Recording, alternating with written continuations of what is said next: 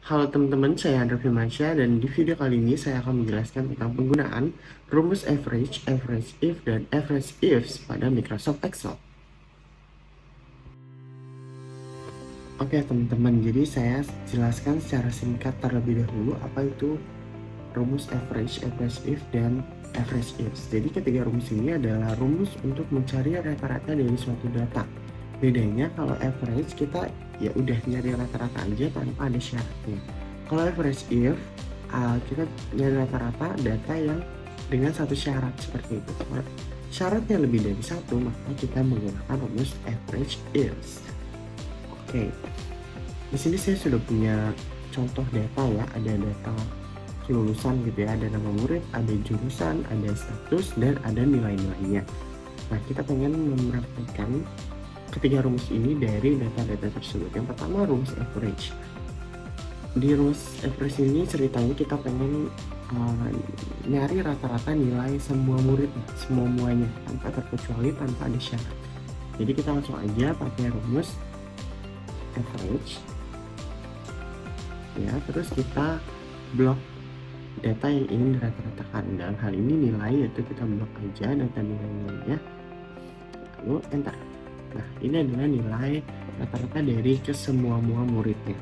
Oke, selanjutnya gimana kalau kita pengen nilai dari yang lulus-lulus aja nih? Berapa sih yang lulus-lulus aja? Kan berarti ada syaratnya ya, yang lulus. Berarti yang nggak lulus nggak akan dihitung nilai rata-ratanya. Nah, untuk dalam kasus tersebut kita pakai rumus average ifs, yaitu kita ketik aja langsung average if, terus kita mau pilih range dari kriteria, range dari syaratnya. Karena ini kita pengen lulus, maka syaratnya itu di status.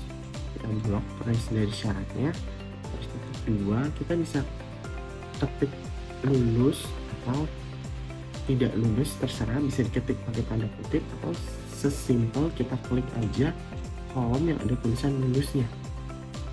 Kenapa saya lebih suka seperti ini, nanti akan saya jelaskan ke depan gitu. Setelah itu kita klik, lalu kita pilih lagi. Selanjutnya adalah average range, range dari data yang ingin di rata-ratakan, yaitu nilainya kan. Kita buat lagi nilainya, lalu enter. Ini adalah nilai dari murid-murid yang lulus aja gitu.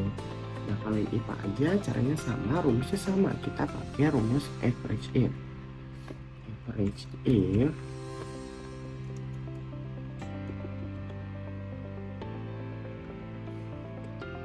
terus range dari syaratnya itu ini jurusan ya, jurusan IPA. Terus kriterianya coba di sini IPA ya, tadi IPA. Terus range dari yang pengen dirata-ratakan itu nilainya. Oke, ini adalah nilai dari teman-teman yang jurusannya IPA. Oke, selanjutnya kalau ada dua kriteria, ini agak berbeda sama yang average if.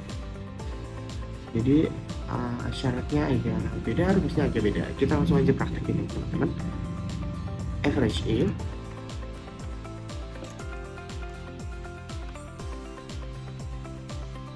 oke, terus kita mulai dari average range-nya. Nah, yang mana yang pengen kita average-in, yaitu nilainya.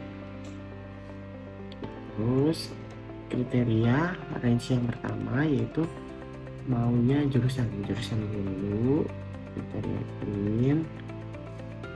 Nah, terus kriteria jurusannya itu apa, mau IPA, IPS. Ini IPA ya, kita klik kolom ini. Ini kriteria range yang kedua, status.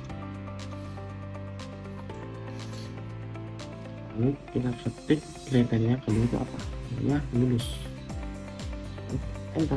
Nah, ini adalah average dari nilai-nilai yang dari murid yang jurusan IPA dan juga dia lulus. Nah, ini yang kedua sama caranya, average if.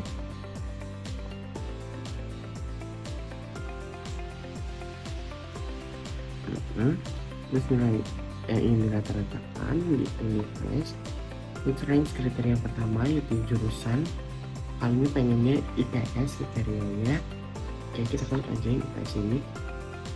Terus kriteria kedua adalah status. Kali ini kita pengen yang tidak lulus. Itu tekan enter. Nah, ini adalah rata-rata dari teman-teman yang jurusannya IPS dan tidak lulus. Ini cuma contoh aja teman-teman, nggak berarti yang IPS itu tidak lulus banyak yang tidak lulus, IPA itu banyak yang lulus, itu enggak. Ini cuma contoh aja, kita belajar rumus ini ya. Oke, clear ya sampai sini. Nah, tadi saya sempat mention kenapa saya lebih prefer buat ngeklik kolom yang bertulisan kriterianya aja ketimbang kita nulis pakai tanda kutip kriteria. Karena kalau si kolom itu kita ganti, maka rumusnya akan otomatis keganti. Contohnya yang average if saya pengen ganti IPA-nya jadi IPS. Nah, maka rata-ratanya kayak ganti, jadinya dia tuh average if-nya IPS yang tentunya jurusan IPS aja gitu. Kalau saya ganti yang lain, IPK misalnya, maka nggak valid karena di sini tidak ada IPK, tidak ada jurusan yang IPK gitu, jadi tidak valid datanya. Oke, sebenarnya cukup jelas ya teman-teman. Semoga teman-teman dapat ngikutin di rumah, dapat dipraktikkan juga, dapat menambah pengetahuannya. Semoga video ini berguna dan bermanfaat. Cukup sekian yang bisa saya sampaikan. Terima kasih. Wassalamualaikum warahmatullahi wabarakatuh.